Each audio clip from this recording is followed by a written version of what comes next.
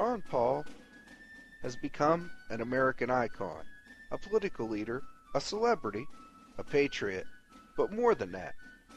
Ron Paul speaks to millions of citizens who believe our country is headed in the wrong direction. His determined message that we should follow the Constitution, the law of the land, and not a group of Washington elitists who have become a twisted version of the ruling class. Many feel our millionaire politicians are no longer representing the voters who elected them. Politicians and the corporate world delight in the fact that we rely on the mainstream media so much. The truth is, most Americans do not have time to scour the news and gather the information needed to make informed decisions. Join us as we give Ron Paul the coverage he was denied and expose the media bias and in some cases the near total media exclusion of him and his campaign. Even if you're not a Ron Paul supporter, you might want to ask the very real question. If the media can exclude someone just because they do not like their positions and ignore the tens of thousands of voters who vote for that person, what other news are they manipulating or ignoring?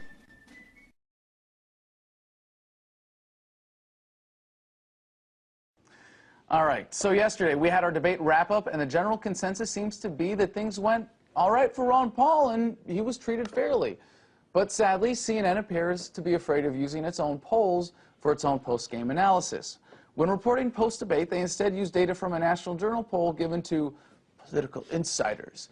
Data taken from 5 other major poll sources post-debate showed Dr. Paul at 31.07% at Fox News, 83% at CNBC, 87% at WePolls.com, Vortex Effect. Might have been a little biased there with the audience, 93.31%. But even at CNN's own poll, 78%. Okay, so let's be fair. The online polls can be skewed like any other form of polling, but here's the skewing that CNN came up with. There you go. Romney at 51%, down to Paul at 0. How did they get away with this? They didn't invent the numbers, as they might as well have. Instead, they reported on a National Journal online poll that had all of 54 votes. And according to the Baltimore Sun, it was reported that Ron Paul clearly won audience favor in New Hampshire. An analysis of audience reaction shows Paul was applauded twice as much as any other candidate on stage. Throughout the 2-hour debate, Paul was applauded 11 times. Romney, Bachmann, and former Minnesota Governor Tim Pawlenty were each applauded 5 times. Former House Speaker Newt Gingrich and businessman Herman Cain were each applauded 4 times. Pennsylvania Senator Rick Santorum was applauded the least amount of times, 3. Again, 0%. Really? CNN? Well, hey, maybe this can justify a CNN shutout of Ron Paul for the next go-round. Clearly, since 2-term governors who leave their states with billion-dollar surpluses, Gary Johnson of New Mexico, don't qualify as viable debate participants. Ron should be silenced too, right?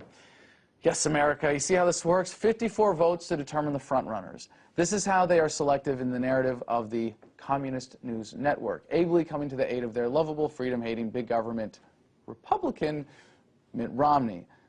This is why we at RT America probably need to host our own GOP presidential.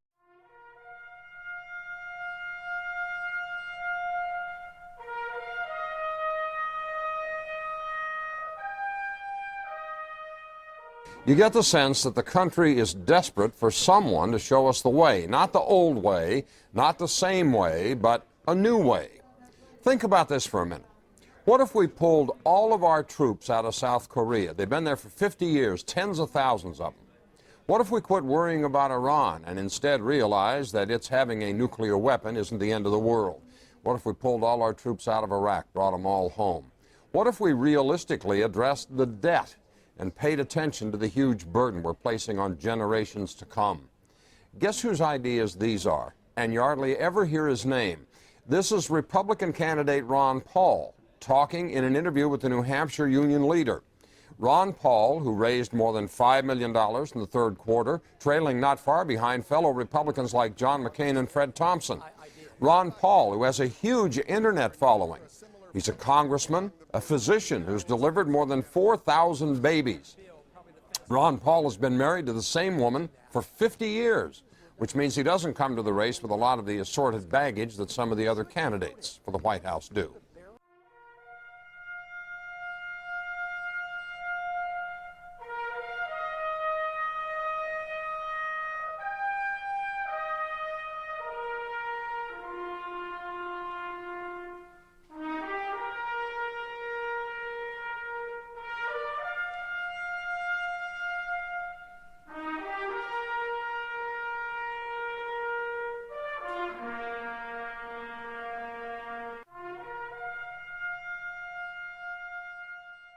We are in the business of kicking candidates out of the race. May I say one thing about Ron Paul? I find it odd for me to be a Ron Paul supporter, but he lost to Michelle Bachmann by 9/10 of 1 percentage point in a straw poll that isn't supposed to pick winners, but is supposed to tell us which way the wind is blowing.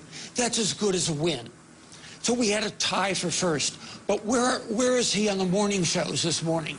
Where are all the stories analyzing what it means that Ron Paul essentially tied for first place at Ames? And what the reason that he's essentially being ignored is? The media doesn't believe that Ron Paul has a hoot and hell's chance of winning the Iowa caucuses, winning the Republican nomination, or winning the presidency. So we're going to ignore him.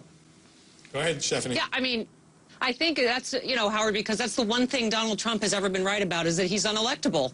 I mean, I think, my favorite part of the debate Thursday night is that, Rick Santorum broke the golden rule of Republican debates, and that's pretending Ron Paul is invisible, So, I mean, I think you're right. There's more media attention than there is, this is going to have to do with the actual results. Well, just to remind people of the numbers here, this great victory won by Michelle Bachmann, and I'm not taking anything away from her. She got in late, and she's got a lot of momentum, but she got 4,823 votes. Ron Paul got a couple hundred less, as you say, Roger. Pawlenty with 2,293.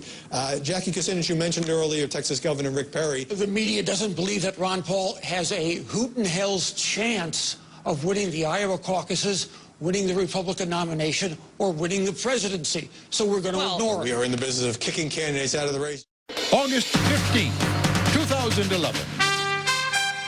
From Comedy Central's World News headquarters in New York, this is The Daily Show with Jon Stewart.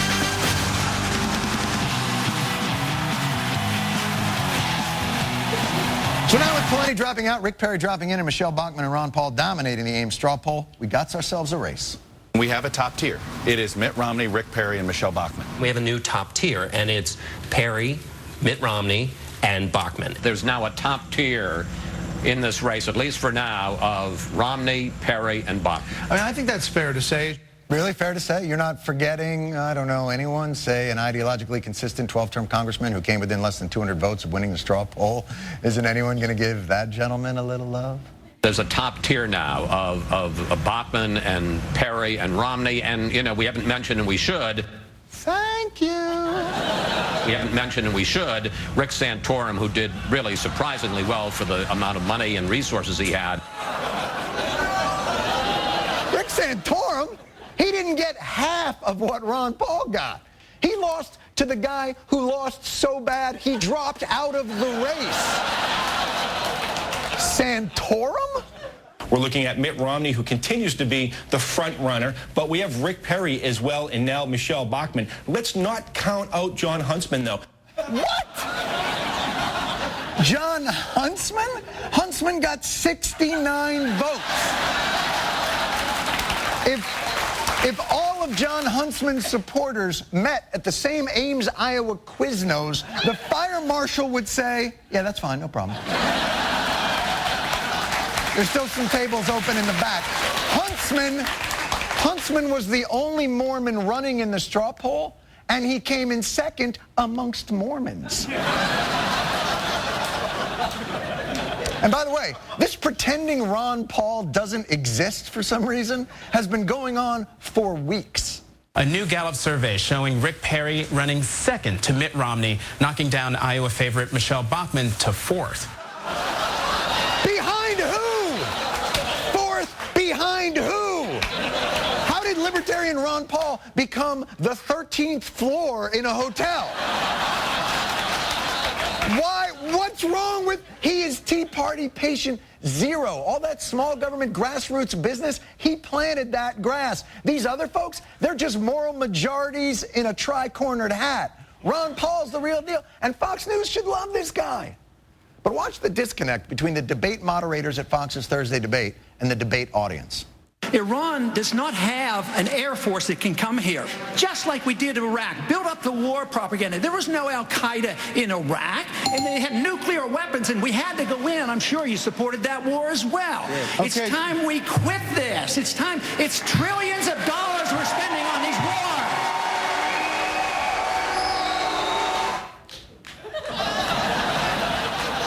What's with the smirk and the eye roll? The guy gives it, the crowd goes nuts, and you do one of these. There goes crazy Uncle Ron, babbling about the unsustainability of multiple wars. He's the one guy in the field, agree with him or don't agree with him, who doesn't go out of his way to regurgitate talking points or change what he believes to fit the audience he's in front of. And you're treating him like if this were Celebrity Apprentice, he'd be this guy. By the way, at the Ames, Iowa straw poll, Busey beat Huntsman 77-69. And even when the media does remember Ron Paul, it's only to reassure themselves how there's no need to remember Ron Paul. Right now, live, right next to the bus behind us, Ron Paul is speaking. And 7 of the candidates are here today. We have live pictures of Ron Paul, but you know what? We're talking about Sarah Palin, we're talking about Rick Perry, the two people not in the race yet, Drew. And guess what, Paul? If you get video of Sarah Palin or get a soundbite from her, bring that back to us. You can hold the Ron Paul stuff.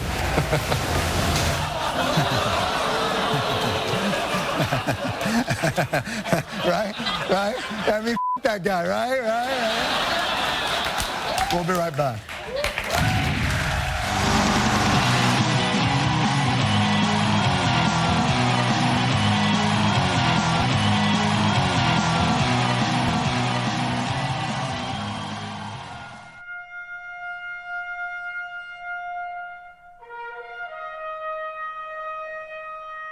Tonight, the congressman who's been called the intellectual godfather of the Tea Party, a man who came in second, but just barely, to Michelle Bachmann in the Ames straw poll this weekend. Joining me now is Republican Ron Paul.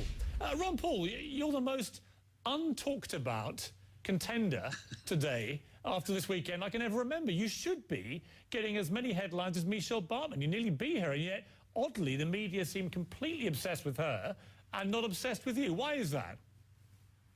Well, I should be asking you. You're part of the media. It's the media that picks and chooses, so I should ask the media what's going on here.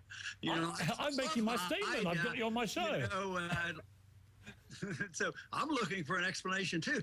But, my supporters are convinced. They're afraid of me. They don't want my views out there. They're too dangerous. We want freedom, and we're challenging the status quo. We want to end the war. We want a gold standard. And their views that the people just can't handle. They can't handle all this freedom. They want dependency. They want socialism and welfareism.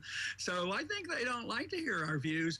But I think we'll make the best of it, and we'll do very well. I think that the internet still is alive and well, and programs like yours will still have me on. Well, we certainly will, because it's a fascinating part of the preliminary stage, if you like, of the election battle.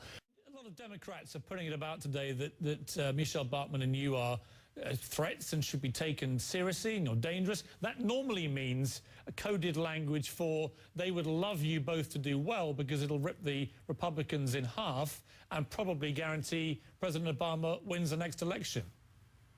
Well, I don't know. I'm not too frightened about that. I think I do very well with the independents and, even your own station there when you do polling. I come out either first or second against Obama. So I think the Democrats fear me. When they try to pick who they want to run against, when the Democrat picks, they say, well, we'd fear mostly John Huntsman. That's who we fear. They never bring up the subject that I would slash into Obama's civil libertarian viewpoints. He doesn't really follow through on belief in personal liberties. And he does not, support, ending the wars. He expanded the wars. So the progressive base has really left Obama. So I think the establishment that doesn't want the status quo challenge would be most opposed to me. And quite frankly, the leadership in both parties are very supportive of the wars, are very supportive of the Federal Reserve. They're very supportive of the entitlement system. So therefore, both media and party-wise, they would be very, very nervous about us getting the expression of support that we've got, and they want to squelch it if they can. So I don't think it's unusual. I've been used to this. This has been going on for a long time. So this is nothing exactly new. Sometimes I'm very pleased with the progress we're making, and when we can win a poll, essentially tied in this poll in Iowa, I think it shows great strength for our viewpoints and for our campaign. But tell me this, I mean, you're 75 years old now. You've served 12 terms in Congress. You've had 2 unsuccessful runs at the White House. And yet, perversely, despite all that, you actually have arrived at a position now where your views are more and more in line, I would imagine, with many average Americans. They are fed up with Washington behavior. They can see that there is a need to cut spending dramatically. I would imagine most Americans are beginning to think that the troops should come out of Afghanistan and Iraq as well. This could be your time, couldn't it, Ron? But it might be your last chance. I would think we do have a very good chance, but I usually summarize this when I'm at the rallies where we have good turnouts, and I get a lot of applause. Freedom is popular. People like to be free, and especially when they see the failure of government. That's why so many people are coming our way, even those who would like these government programs that depend on governments. They realize we're flat out broke. This is one of the reasons why we're getting support on ending these wars. Even if they say, well, we need to be over there, we need to fill the vacuum, and we're afraid things are going to happen. But they know we can't afford it. We have to borrow the money. We fight these wars. And they're talking about starting new ones all the time. We can't even keep up with all this. So this is very popular with the young people especially. Freedom is a fantastic idea, and when you see the failure of government, we become more popular, our views become more prevalent, and we are more mainstream than ever before. And the most magnificent thing is they have understood, exactly how we pay for these. We can't tax enough, we can't borrow enough. So more and more people are understanding the Federal Reserve has something to do with this. Oh, you mean they print this money? The money's not backed by anything? People are shocked. And then when you find out a third of the $15 trillion they pumped into the economy went to foreigners, some of them might have gone even to the British banks for all we know, So no, people are upset because they don't like to see the rich bailed out, the middle class shrunk, and the poor losing their houses. That's what they're fed up about.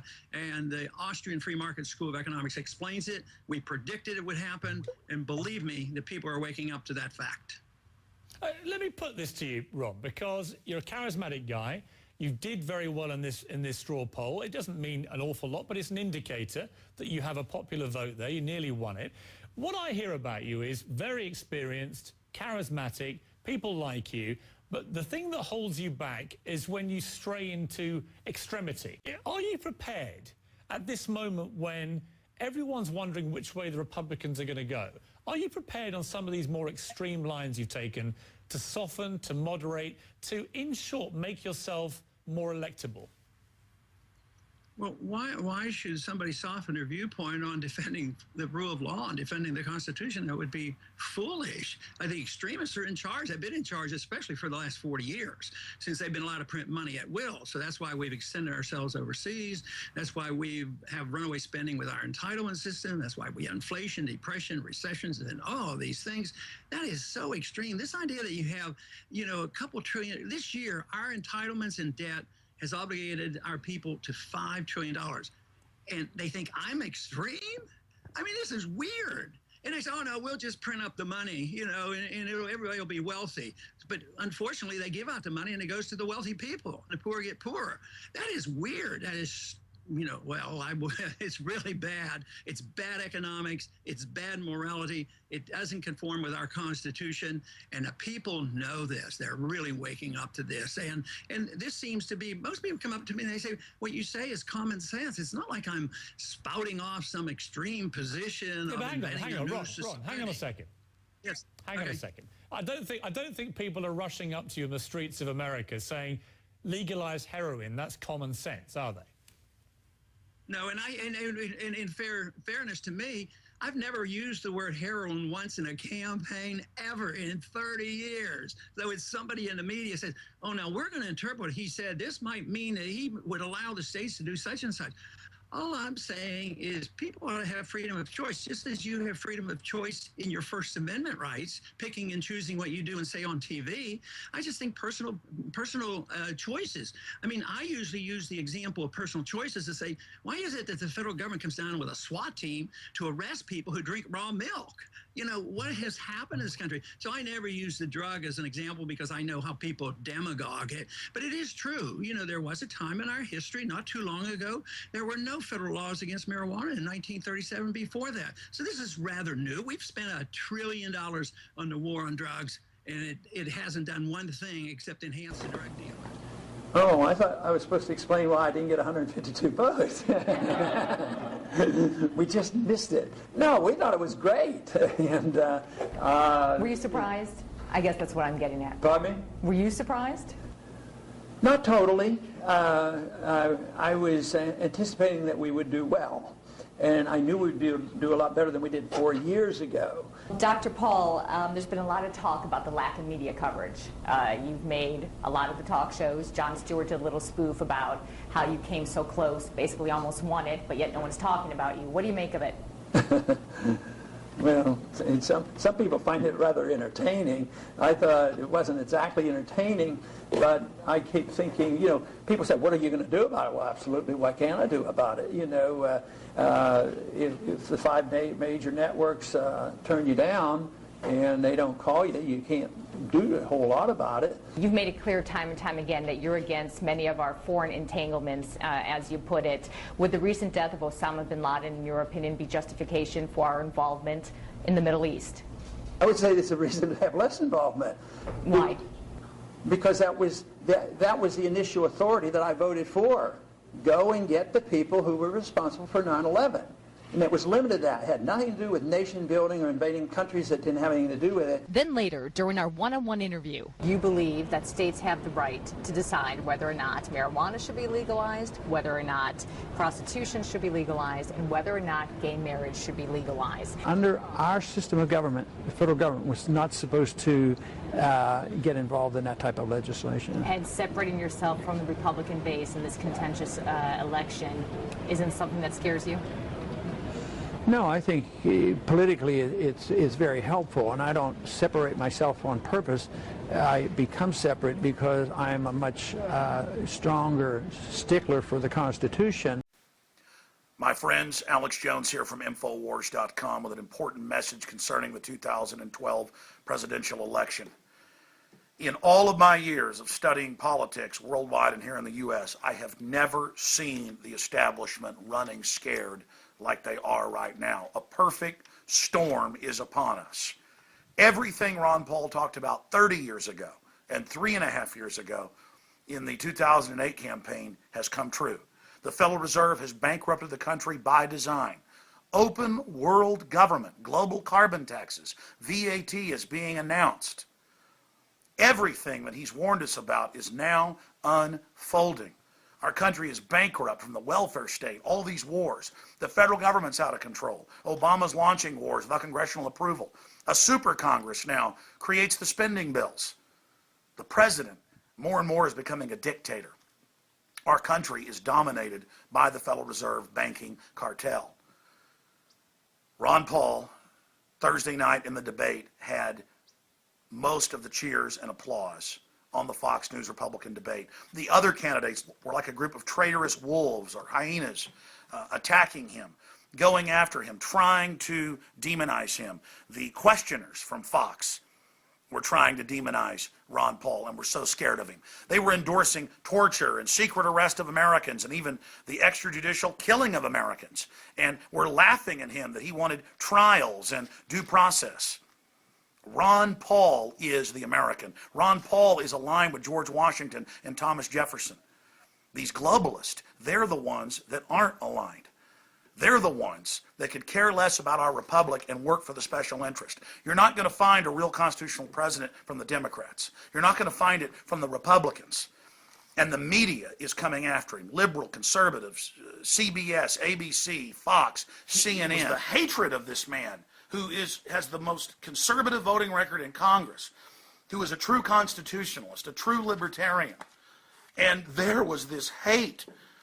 I mean, these people are disgusting. They're put in there to lead conservatives and constitutionalists straight to Hades. It's time for people to wake up. Ron Paul is popular with conservatives, libertarians, and even liberals that have any sense. Ron Paul at this key juncture in history is here, and the system is scared to death of him. He won the New Hampshire straw poll. In all the national polls, he comes in first, second, or third, and the media continues to put out this hoax, and this is the most important point, this mantra that he cannot win, he cannot win, he cannot win.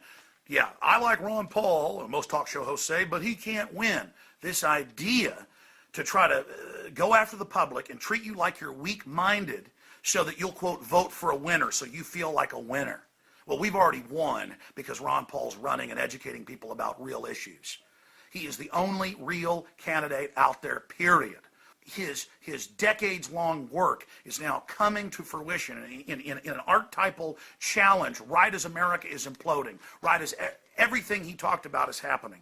And the system is ignoring him. In most news reports, even when he won CPAC 2 years in a row, in front of all the big conservatives, the key victory that Ronald Reagan and others won, Fox News wouldn't report it, and then finally they reported it and dubbed in boos from another speech. This is the deception. This is the level of manipulation. If you want to go against the establishment, if you want to go against the status quo, look at the entire status quo attacking Ron Paul. Look at how scared they are of him. During a live introduction to Congressman Ron Paul on Tuesday, America's Newsroom incorrectly aired a clip from the 2010 CPAC event in Washington rather than this year's event. It was clearly a mistake. We used the wrong videotape. There are similarities in the shot between last year's event and this year. 2011, screen left, 2010, screen right. Ron Paul won both years. However, there were audible boos in 2010, while you heard a lot more cheering this year. It's an honest mistake. We apologize for the error, and we look forward to having Representative Paul back on our program very soon.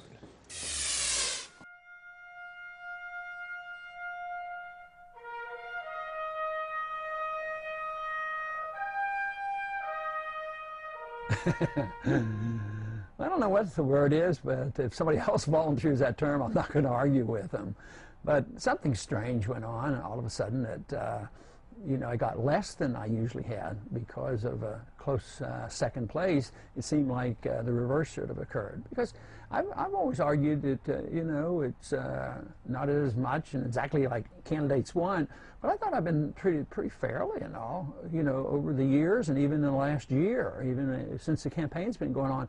But it was a bit strange about what happened on the weekend, and I had been asked, was I shocked that it happened? Not really. It wasn't totally unexpected, but being asked whether I was disappointed, yeah, I'm disappointed because most of us like to see that we, get credit for some achievements, and I personally believe that we did have an achievement and that it reflected good organization. And most important to me is I like to think that it reflects that more and more people are accepting some of my arguments. That's, of course, why I'm in this, is to make sure people vote for significant change and philosophic change that will have a real impact both on our foreign policy and on our economy, which I believe is the only way you can get our jobs back.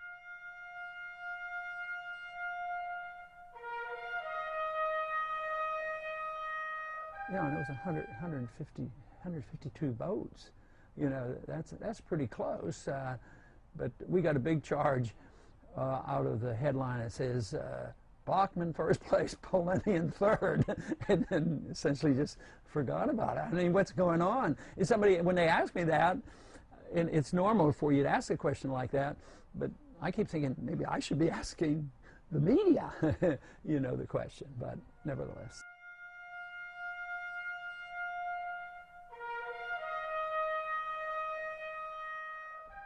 Hardly any, because if that would have been the case, Bachmann would have had a lot less. I mean, Perry didn't get, I don't think he was on interviews.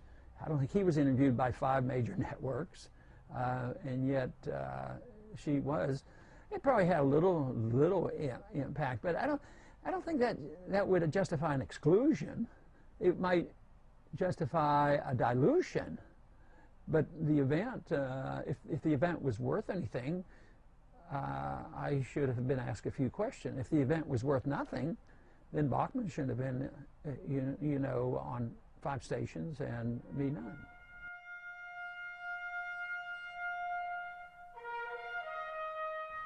There's no doubt about it. It's talking about the message, it's talking about the messenger, it talks about your organization, it talks about fundraising, and it is a reflection of all those things. So it's not a guarantee. Doing well doesn't mean there's a guarantee, but doing lousy, you know, is an indication that you might not have the organization that you need.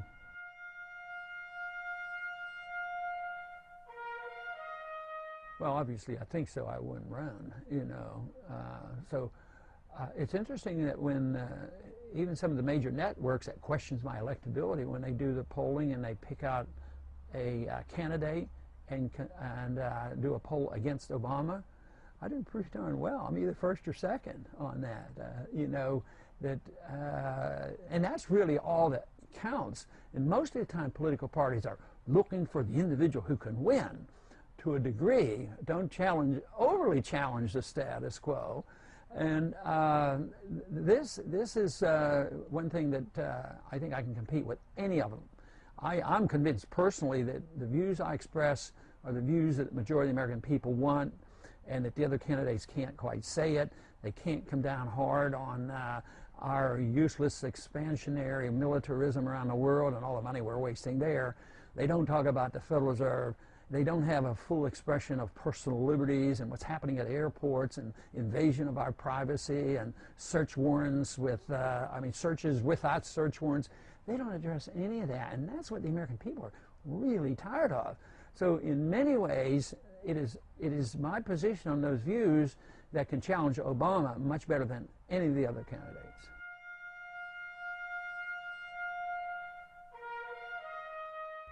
Oh, absolutely, and actually even before that campaign ended, you know, in the middle of that campaign is when people started calling themselves the Tea Party people. You know, the big fundraising day was a spontaneous group of people around the country just getting together and let's have a tea party, you know, to make the point, and that was the time they raised $6 million in one day, and that was a grassroots effort. I think that was really the beginning, but then it continued and it grew. It became more amorphous. You know, there was a lot of different people coming in, and they were brought together mainly.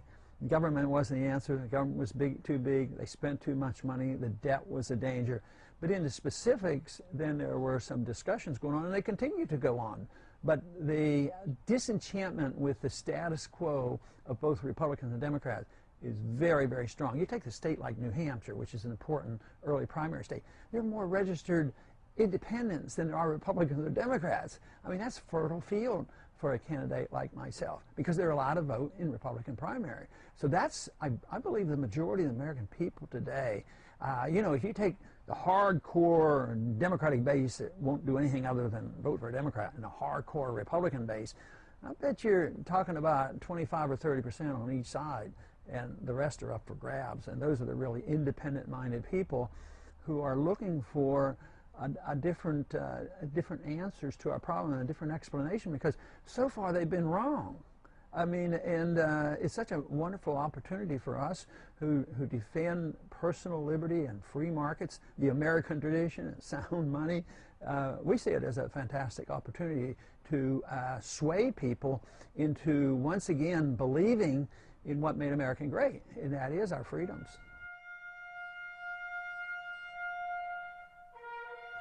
I think on these several issues, I'm different than the leadership of both parties, because both parties endorse the wars. Both parties endorse the Patriot Act, the invasion of our privacy, the destruction of the Fourth Amendment. Both parties support the Federal Reserve System. But that's not the whole party, because the grassroots of the Democrats and the Republican Party and the Independents all want transparency of the Federal Reserve. But leadership-wise, and those people who are running for office, they don't want to rock the boat on any of these issues. There's too much invested in the military-industrial complex, and I think that's pretty significant. I think it reflects the fact that we're bankrupt and nobody likes it and nobody wants to quit spending, but they have to talk a lot about it and recognize there is a problem, but they have no answers because they don't understand how serious the problem is. They don't understand how we got to this, so they do a lot of bickering. They're not about to change what you have to change. You have to change, and this has to do with the people too. We have to decide as a people whether we're going to continue with this appetite for entitlements, but they're not unsustainable. We have to decide whether or not we're going to be the policemen of the world. They're not addressing that, but they're out of money. And the more they try to solve our problems by doing exactly what got us into the problem, the worse things get. So they say, well, Congress can't solve it, so we're going to have 12 people out of the Congress and appoint them, and they're going to come up with the answer. That's preposterous. And it's so flagrantly unconstitutional to say that Congress no longer can amend and decide what to do. And so I think it reflects the fact that we're bankrupt and they don't want to admit it and they don't want to change their appetite for big government.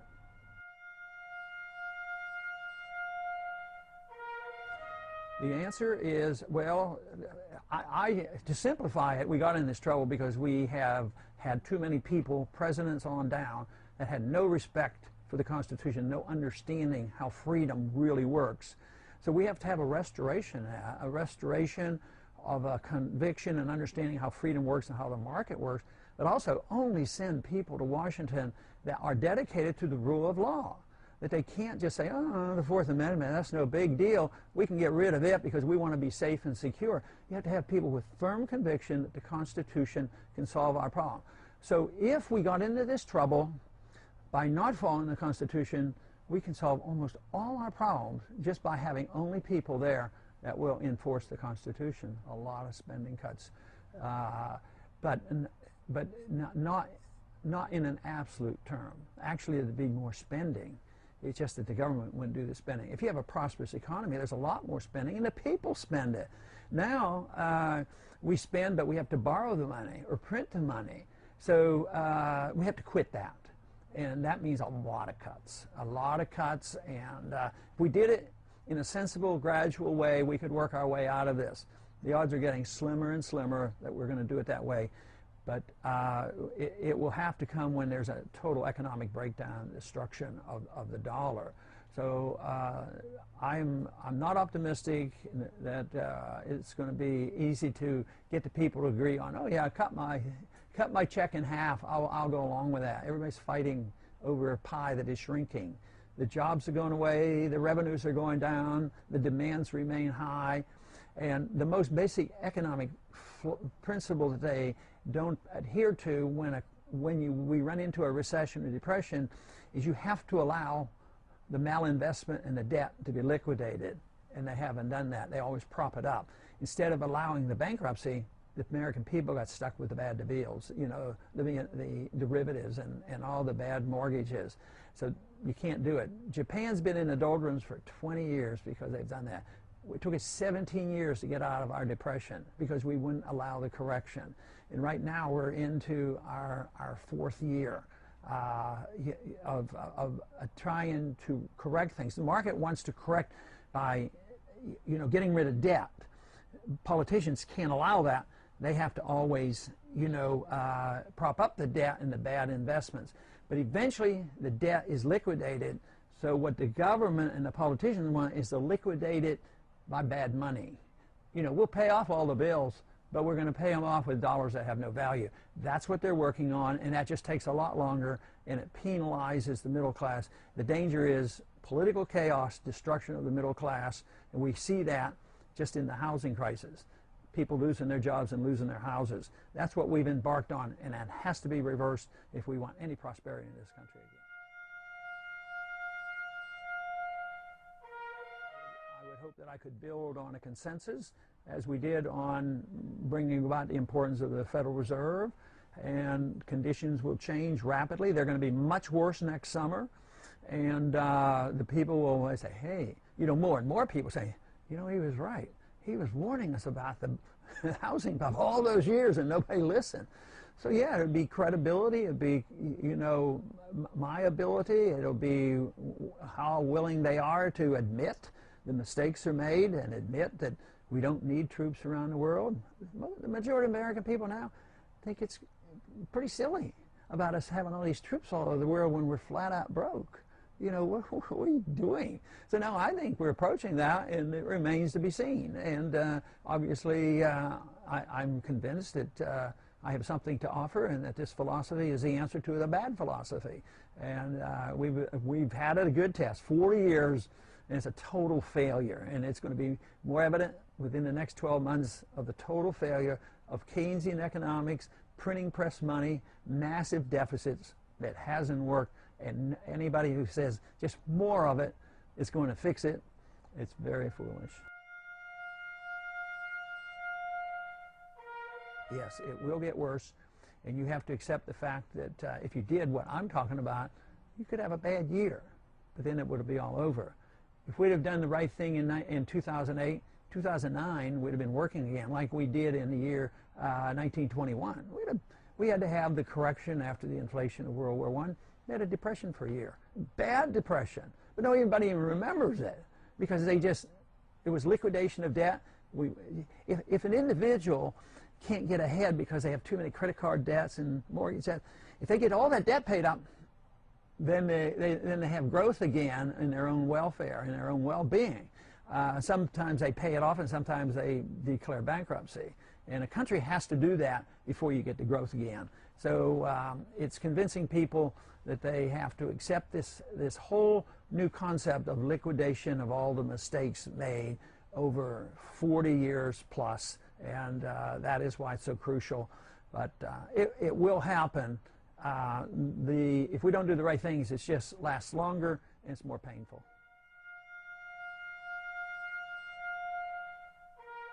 You know, I'm not an isolationist. I'm a non-interventionist. And some people, matter of fact, even on the stage, one of the candidates once said, well, Ron Paul caused World War II, you know. But that is so foolish. No, intervention causes it. Trade barriers cause war. Isolationism and protectionism isn't good for the world. But non-intervention means that you should trade with people, be friends with people. Just think of the difference how we get along with Vietnam now. No fighting and killing, and they've become westernized without us forcing guns down their throats. China now has become a westernized bank. We can't exist without China loaning us money, and we're not fighting and killing each other. When we were in their backyard, you know, stirring up trouble, fighting and killing. So no, it is intervention. We wouldn't be in the Middle East. I mean, it creates the war. We're in the Middle East for no good reason of our own. It's not for our national security. It doesn't provide security. So exactly the opposite is the case. If you have non-intervention, you're less likely to have wars. If you have intervention and become the policeman of the world, expect the wars to last until you change your policy.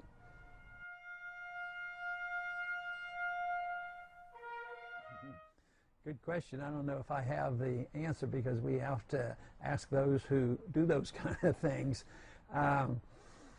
I believe personally that I am gaining recognition in the campaign, and it's a threat to a lot of people. It's a threat to the military-industrial complex. It's a threat to the bankers, the big corporations who get all the benefit. It's a threat to the people who preach that we have to be in the world and be in all these countries. So I think it's big banks, big money, big corporations, and the people who want to be the warmongers. If our views, you know, keep growing in popularity as they are, it's a real threat to the establishment. So the establishment is well protected in many of those individuals that control the 5 major networks.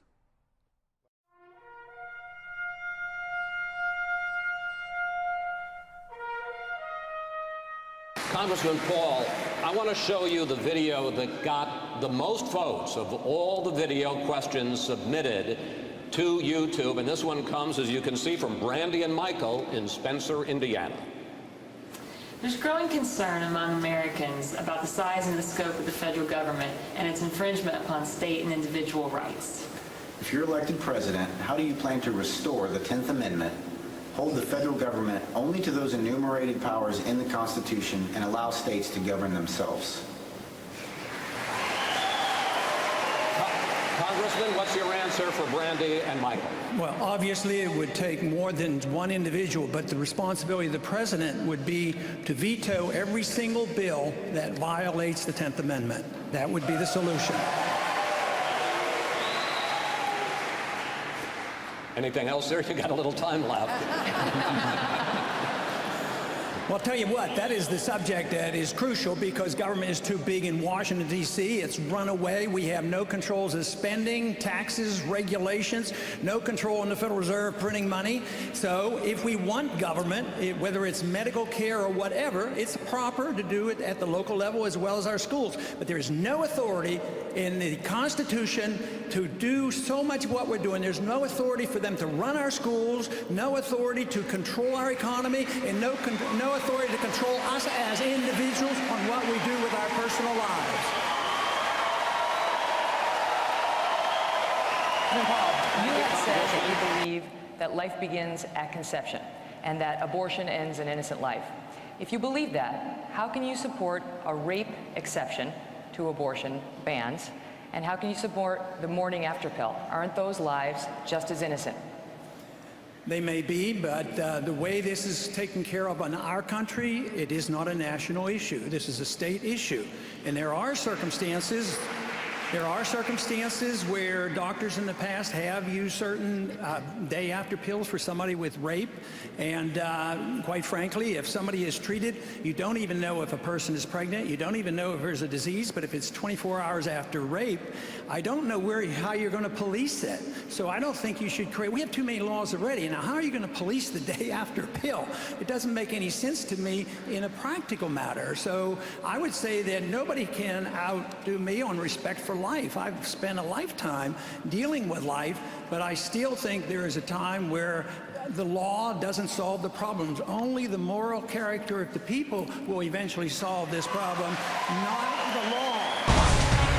9 Republican presidential candidates squared off tonight in a debate hosted by Fox News and Google in Orlando, Florida.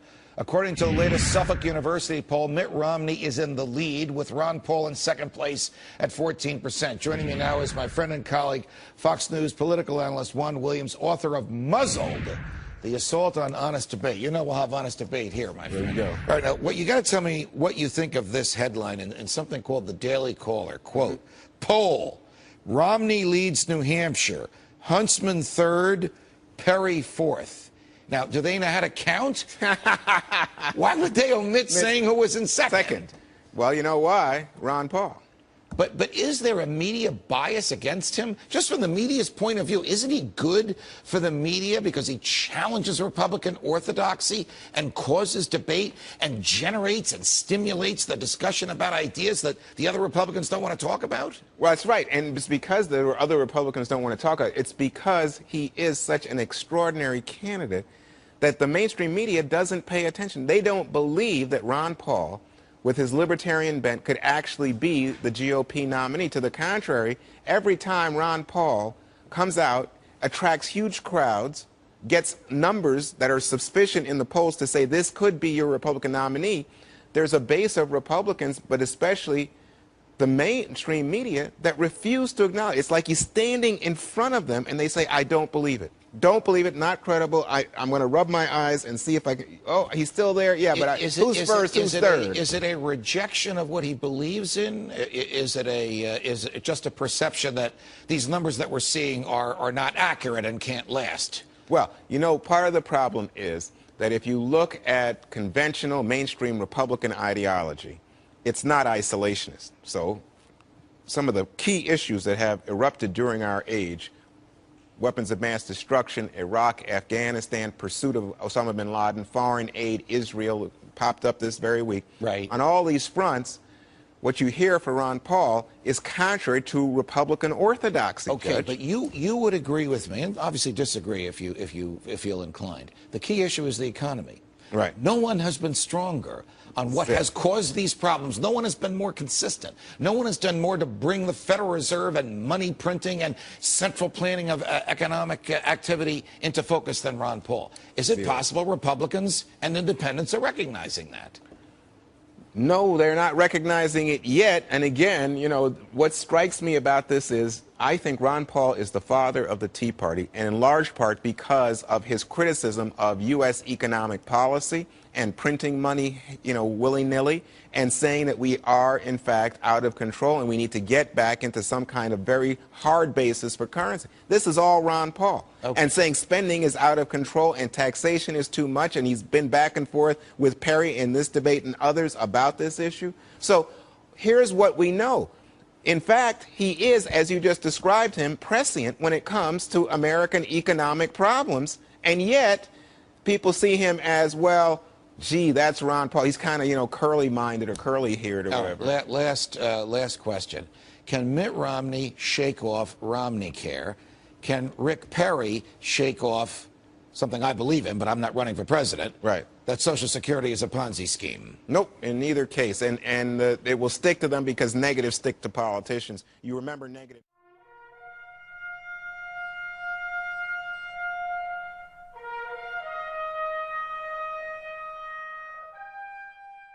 And man, oh man, a major money bomb just dropping on the 2012 race. And now the guy dropping it is headlining our soiree.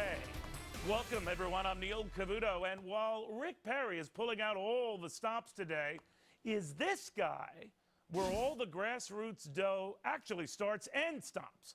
We've got some fresh numbers showing Ron Paul reeling in close to $3 million in the last 5 days.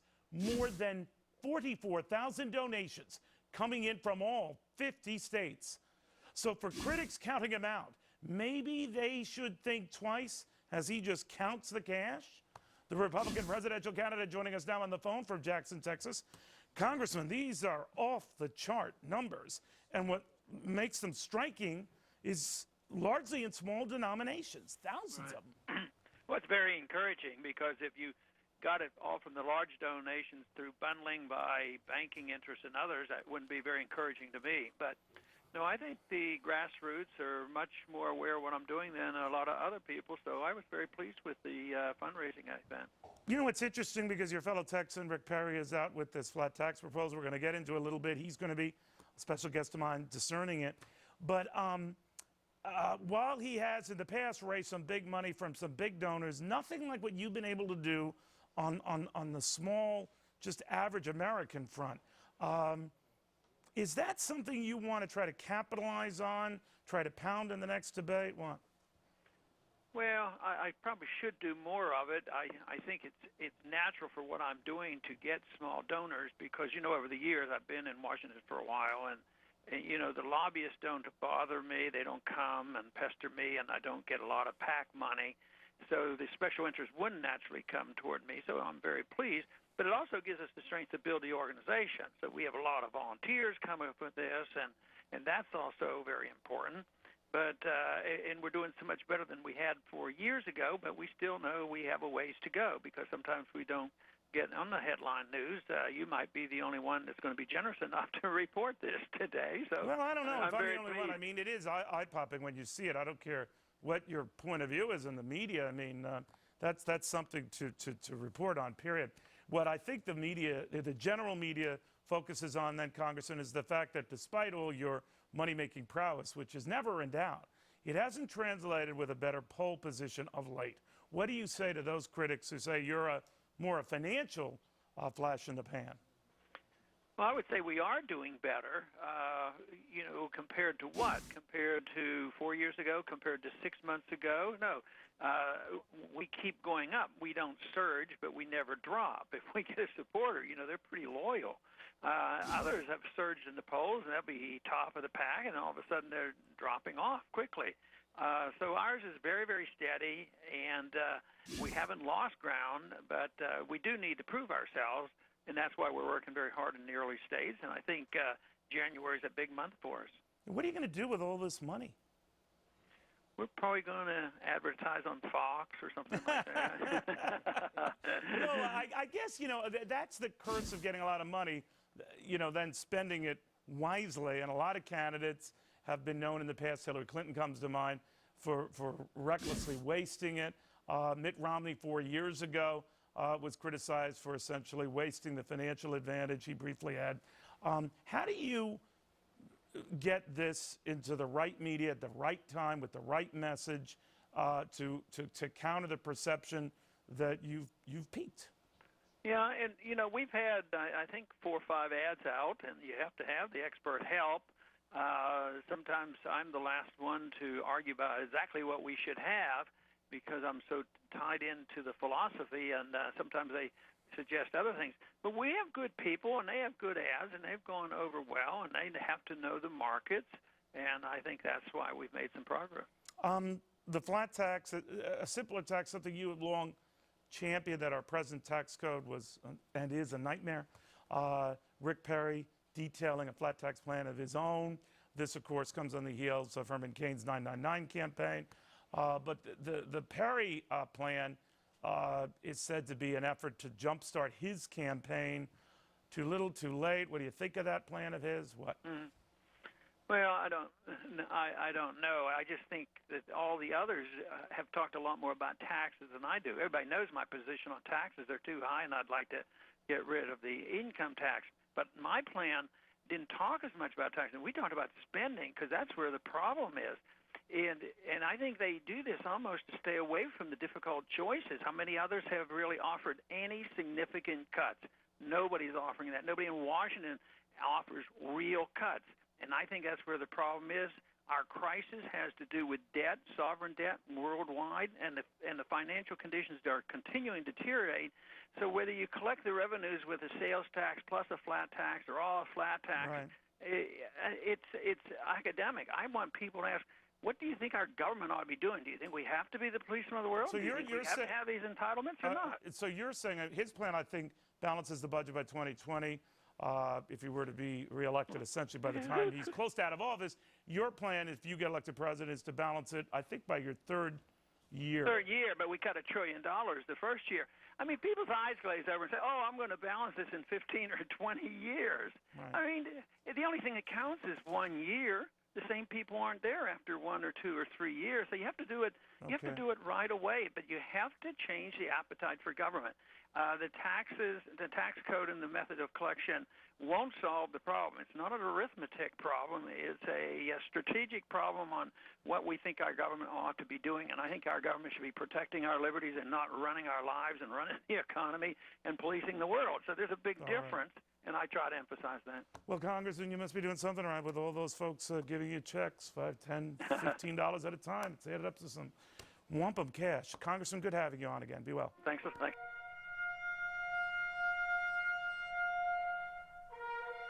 Congressman Paul, let me follow up with you for just 30 seconds. Is it worth going to war to prevent a nuclear weapon in Iran? No, it isn't worthwhile. And the only way you would do that is you would have to go to the Congress. We as Commander-in-Chief aren't making the decision to go to war. You know, the old-fashioned way, the Constitution, you go to the Congress and find out if our national security is threatened. And I'm afraid what's going on right now, it's similar to the war propaganda that went on against Iraq. And, you know, they didn't have weapons of mass destruction, and it was orchestrated, and it was, to me, a tragedy of what's happened these last 10 years, the death and destruction, $4 trillion in debt. So, no, it's not worthwhile going to war. If you do, you get a declaration of war, and you fight it, and you win it, and get it over with. Thank you, Congressman. Congressman Paul, my spidey sense tells me we have a debate about to get launched here. I know you have an opinion you'd like to weigh in. Yes. Torture is illegal, and by our laws, it's illegal by international laws. How do you define torture, sir? Well, waterboarding is torture, and many other things. It's illegal under international law and under our law. It's also immoral, and it's also very impractical. There's no evidence that you really get reliable evidence. Why would you accept the position of torturing 100 people because you know one person might have information. And that's what you do when you accept the principle of torture. I think it's uncivilized and have no practical advantages, and it's really un-American to accept on principle that we will torture people that we capture. And Major, that's time. Major, I have to weigh in on this. I have to say something. Let's Congressman Paul, covert operations in Syria, a green light for you? I think it would be a mistake. I think the Syrians ought to deal with their country. I think But what we about, should have what about the 3,500 dead?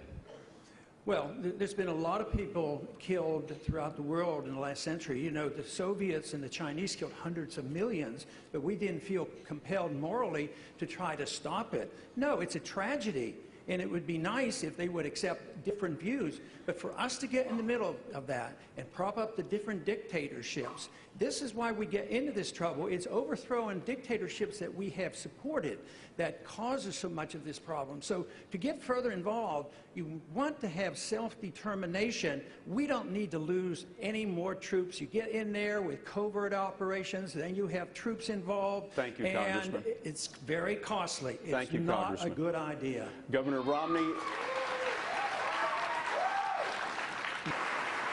Congressman Paul, 1 minute to you, sir. I think that this is a mess. It's a mess because we have a bad foreign policy. We're pretending we're at war. We haven't declared the war, but we're at war against a tactic, and therefore there's no limits to it. So we create these monstrosities, and we do things outside the law. We come up with assassinations, allowing the president to decide who's going to be assassinated, and lo and behold, 3 Americans now have been on the list. They've been assassinated, but they don't talk about the second one because the second one happened to be a 16-year-old son of a Lockheed.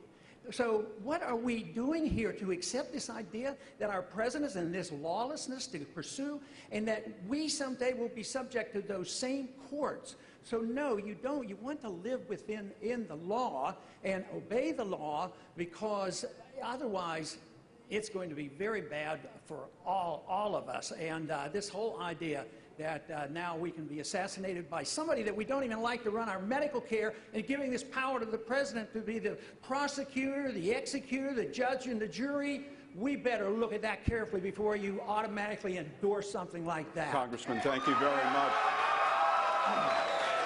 Could I interject Governor, and say something? Representative Bachman, let me give you 30 seconds to pick up on that. Thank you. Yeah, I'd like to respond to Ron Paul and his comments, because the people that the President of the United States gave orders to kill include Osama bin Laden.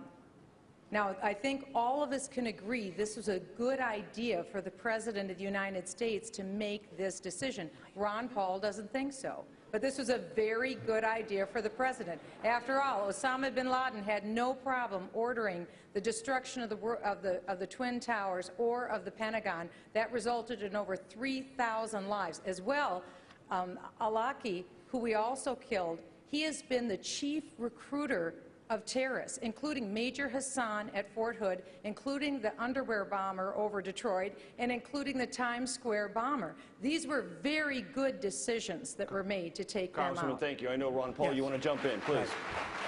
I voted for the authority to go after bin Laden. I was upset because it took 10 years because we were diverted from going after him and doing the job. But that's a lot different than assassinating American citizens. I mean, he wasn't a citizen. But I do want to remind you that over 300 individuals were tried in civilian courts here that were charged with terrorism here. Most of them are in jail, and I don't think we should give up so easily on our rule of law. Congressman Paul, thank you very much. Now it is time.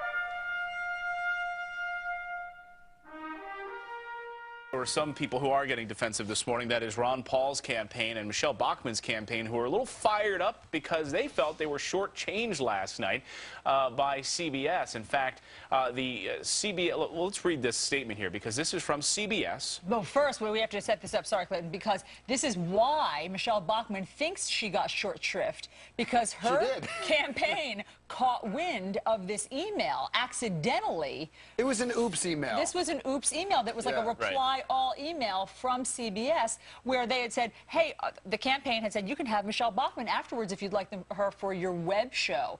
And this is the answer that came back that they were supposed to never see. They weren't supposed to include this part to Michelle Bachmann. Okay, let's keep it loose, though, since she's not going to get many questions, and she's nearly off the charts in hopes that we can get someone else. That was from John Dickerson to another colleague at CBS there. Unfortunately, Michelle Bachmann's campaign was on that list that received that So email. what she says is that says that they had planned not to give her many questions. Before it started, yes. Even before it started. And her point is, I sit on the House Foreign Relations Committee. I am a sitting member of Congress. I have a lot of ideas that I'd like to get out. And why are they setting it up so that I'm not going to get many questions? Yeah, it's pretty amazing. I mean, you sort of assume maybe some of this was happening because I think like 90 seconds was about the amount of time that the Ron Paul camp had to respond also in talks. There's not a lot of time for these guys, and you're sitting there wondering, is Michelle Bachmann even there? She can answer a question.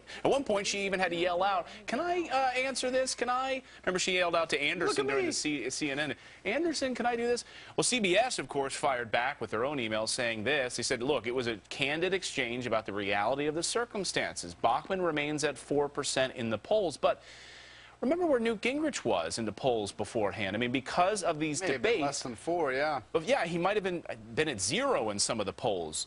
Because of these debates, there's been a lot of discussion that because of the debates, Newt Gingrich has been able to shine, show his credibility, and therefore he's going up in the polls. Yeah, and you mentioned Ron Paul. In fact, they timed it and figured out exactly how much he did or did not get to speak. And here's a statement from the Paul campaign. Congressman Paul was only allowed, yes, 90 seconds, they say, in actual speaking time in an entire televised hour. CBS News, in their, quote, arrogance, may think they can choose the next president. Fortunately, the people of Iowa, New Hampshire, and across America get to vote, and not the media elites. Again, this goes back to a question you and I have argued about many, many times. Are they just reflecting the polls and what Americans want to see, or are they dictating those polls and what America wants to see? We have the chicken and egg argument. You and I don't know that we've ever gotten to the bottom of it, but what Ron Paul's campaign says is that he's in the double digits which in he polling is in most polls. in Iowa and New Hampshire. So that it should give him the stage. Well, that's enough that says that more than people are 90 interested seconds. in him, and they should ask him more questions and not just relegate him to the sidelines. And of course, the headlines were about Herman Cain and all of the harassment allegations in the past week. How would he perform? Rick Perry, of course, and his big gaffe performance the other night. How would he come back? Maybe that's what Ron Paul needs. A scandal. A gaffe. He needs a scandal or a gaffe, and then he'll get some attention. But I will say this, in those 90 seconds, he managed to make some headlines on his stance on torture and got quite a rousing round of applause for saying that it's immoral, that it's torture, and the audience there really got fired up about it. So in that 90 seconds, he managed to shine a little. Yeah, and that he would not use military force against Iran. So you're right, and speaking very little, he did make some very clear points. And in fact, that's his campaign's point, which is that he, you could argue, has the most divergent viewpoint up on that stage from any other candidate. And if we're really going to have a national conversation and a dialogue, you got to bring him in because he's the person from the As they say, side. keeping it real. And we know the next guy, LZ always keeps it real. That's why we have him on all the time. So LZ, Bachmann's camp, they're complaining about the time. But what about Ron Paul? He only spoke a total of 89 seconds in last night's debate. So why give him short shrift? He polls very well. He usually wins, you know, most of the straw polls, or he's very high on the straw polls. So what gives here? He only spoke for 89 seconds. He's not complaining. You know, I'm not really sure what's to give, actually, why he hasn't had an opportunity to really speak during these debates more than he has.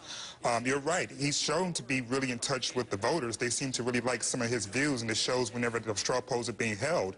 I think that if Bachmann really wanted her concerns to be taken seriously, though, what she should have done, what her campaign should have done, instead of complaining just about herself, saying, hey, look, The electorate is undecided. We should all get the same number of questions instead of complaining just about ourselves.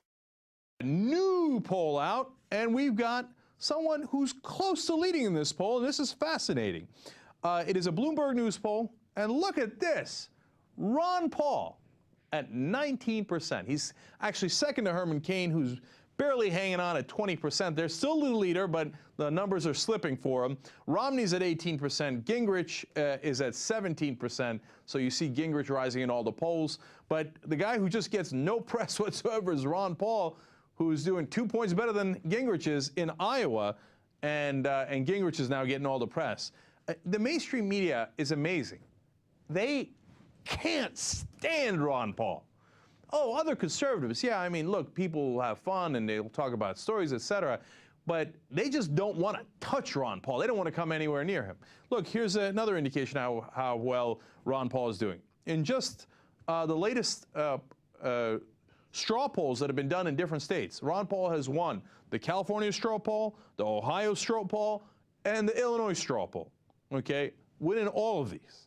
So he is clearly surging ahead, okay? And now, here is a great quote from a Republican insider.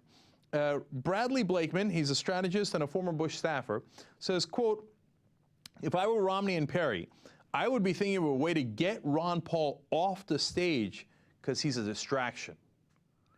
It's not that he's a distraction. It's that they're like, get him off the stage because this guy might win and he's dangerous. He's dangerous because he's not going to play ball. Now, there's a lot that I disagree with Ron Paul, and I think he would give the rich enormous tax cuts, okay? But there are things that first of all, he's ideologically consistent. You got to give him that, right? Agree or disagree. Second of all, there are things that he's great on, where he says, what the hell are we doing in all these foreign wars and this incredibly bloated, inefficient, wasteful defense spending? In fact, when he said that in the foreign policy debate on CBS, he won that survey of the viewers of that debate, even though in that debate, he only had 89 seconds of airtime. 89 seconds. So whether it's the mainstream press like CBS, like, Ron Paul, he's number 2 in Iowa, ignore him, don't ask him any questions. Whether it's the Republican establishment who's like, don't go to Ron Paul, he's going to cut defense spending. We get all of our money from defense contractors. Shut up. Fed, you want to audit the Fed? Are you crazy? We get the rest of our money from the bankers. This guy is totally dangerous. Both sides, and the conservative media too, they hate him because he's not going to play ball. So no matter how well Ron Paul does, this is one of the few shows that'll actually tell you. So, but he is rising, and whether they like it or they don't, here comes Dr. Paul.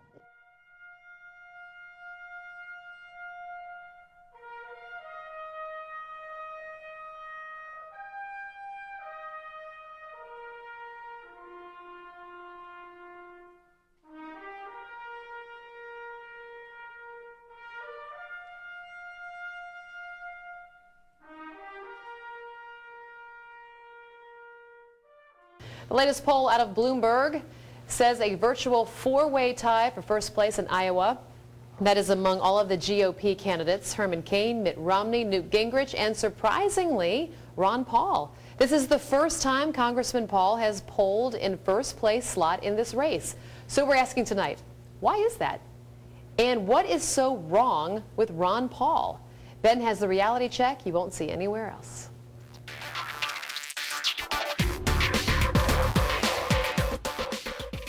Texas Congressman Ron Paul is the political force that nobody's talking about. Tonight I take a look at 3 areas where the media claims that Representative Paul is too radical to get the Republican nomination.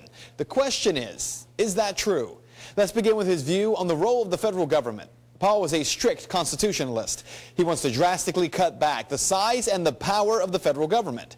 As part of his plan to restore America, he would eliminate 5 cabinet agencies: HUD, the Department of Energy, Commerce, Interior, and Education. That plan would also abolish the Transportation Security Administration and return airport security to the airports. Congressman Paul also says he would end the days of government agencies writing laws through regulation. So this whole principle that the executive branch as well as the judicial branch can write law, That has to be challenged because this is how we got into this mess. This is why government is too big and has to be reversed. So is the idea too radical? Well, not if you're a supporter of Texas Governor Rick Perry, who wants to eliminate 3 of those departments: commerce, education, and energy. Or Herman Cain, who says every federal agency, every government program, and every single expenditure must be reviewed and revised with a keen eye and a red pen. Paul's plan isn't more radical than the others, it's just much more specific.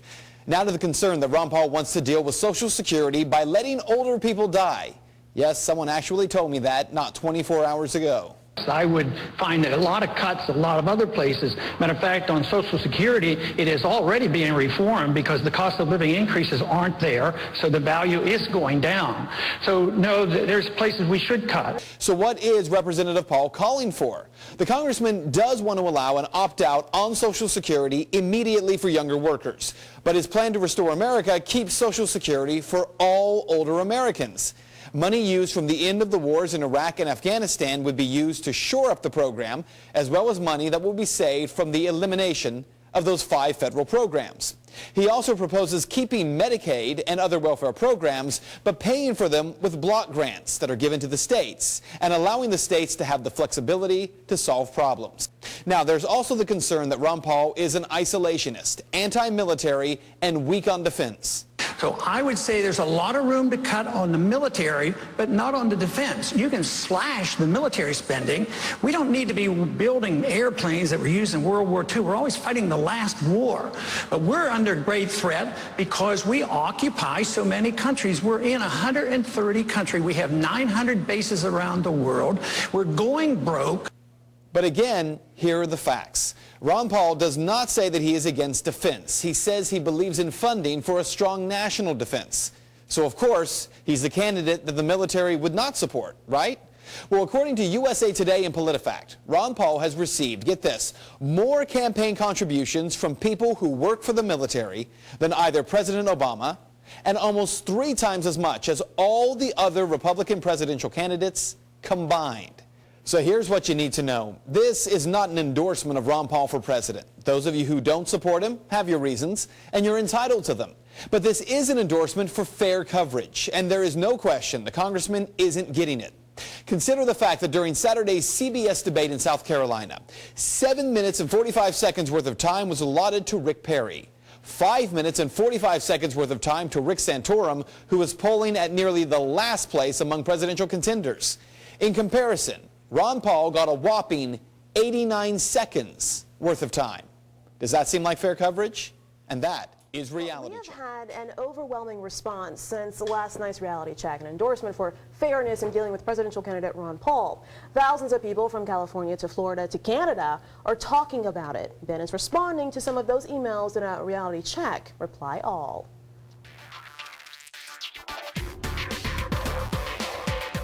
Well, thousands of likes and comments have been posted on my Facebook page as that video has gone viral. Clearly, when talking about fairness and media, I touched a nerve. So I wanted to share a couple of those emails with you that I've received. Peter says, I just wanted to take a moment to thank you, sir, for your reporting on Ron Paul. Whether I agree with the Texas congressman or not is beside the point. Your reporting of his position was genuine reporting and first class in my opinion. Your story explaining his position to me was journalism at its finest. Reporting the facts and letting me decide if I agree with the man or don't. It's up to me. And David writes, hi Ben, just watched your report about Ron Paul and I have to say that was the most fair and factual piece of news I have seen in a long time.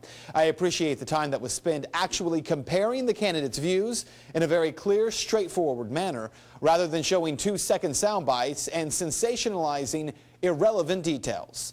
But not everyone is in agreement with the piece. Out of those thousands of emails and Facebook comments, I got this one from Alice who says, hi, I watched your report about Ron Paul. I have a question. So do we just smile at Iran and hope that they don't nuke us and Israel?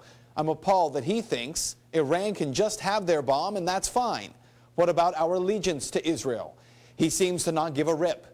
Your reporting is not completely honest. Well, to Alice, let me say this. My view of whether Iran is building a nuclear weapon is irrelevant, but what about Congressman Paul?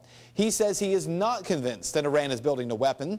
Even so, he correctly states that it is not the job of the President of the United States to declare war. Listen.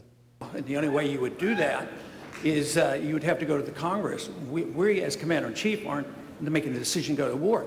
You know, the old-fashioned way, the Constitution, you go to the Congress and find out if our national security is threatened. New tonight, an Iowa poll shows Ron Paul has vaulted to the lead. Actually, a four-way tie between Herman Cain, Ron Paul, Mitt Romney, and Newt Gingrich. Here now, Congressman Ron Paul. Congressman Paul, welcome back. You are among the four dead heat frontrunners in Iowa. Do you have a quick thought on that? You are surging there. Well, actually, I'm very pleased, and the campaign's very pleased with what's happening, but I think I'm very cautious also. We still have a lot of work to do, and we'll keep plugging away. One thing I feel good about is when we do get supporters, they're pretty solid, and they don't come and go. They're pretty solid, and they'll stick with me, so that, to me, is very encouraging. Congressman, what's your key message right now to the Republican voters in Iowa that will caucus? Well, the main thing is that I've talked about for years is that we need to dramatically change our approach to government. Not so much that you get rid of waste and fraud, which I think we should. It's bigger than that. I think it's the role of government. I want to talk about our foreign policy. Of course, you know I talk a lot about monetary policy and how monetizing debt is an encouragement to spending. But we also have to address the spending here at home. And for that reason, I say you have to cut spending. That, to me, is the top of the list. And I have proposed, and I've gotten good reception on, that we ought to cut $1 trillion out of the first year's budget in order to tell the world and the financial markets that we're serious and we're not going to just drive ourselves into this sovereign debt crisis that the rest of the world's involved in already. Race for the Republican nomination heats up. There is one candidate who has been largely ignored by the mainstream media. Shame on us. He deserves more attention from us than he's getting. Ron Paul makes a lot of sense, and more people ought to listen to him. The Texas congressman has visionary ideas about where the country ought to be going and what sea changes are necessary in order for the U.S. to continue being a superpower. When Ron Paul ran for the Republican nomination in 2008, he talked about the economy imploding, the untenable nature of the national debt, the eventual destruction of our currency, and a limited role for government. He showed tremendous fundraising ability and had an absolutely rabid base of support. Problem was, it was too small. In the 4 years since then, a lot of the things Ron Paul warned us about have happened. We're deeper in debt, a lot deeper. The dollar is worth quite a bit less. The federal government increasingly dysfunctional, and the country is more divided maybe than at any time since the Civil War. Yes, Ron Paul is a conservative, but he's not one of those who goes around hitting people over the head with his Bible. And looking at the current batch of Republican wannabes, especially in light of some of the stuff that's come out of Michelle Bachmann and Rick Perry's mouth in the last 24 hours, Ron Paul stands out as maybe the only adult in the room. In politics, just like in life, it's often the timing that makes the difference. In the case of Ron Paul, it seems events over the last 4 years have finally caught up with the candidate. Paul's message hasn't changed, but the urgency of what he's saying has increased dramatically. And it seems like this time, more people may be listening. He came within an eyelash of finishing first in the Iowa straw poll, less than 200 votes behind Michelle Bachmann out of nearly 17,000 votes cast. Again, a fact that was largely overlooked by the mainstream media. Michelle Bachmann has no chance of being the next president of the United States. Maybe Ron Paul should be.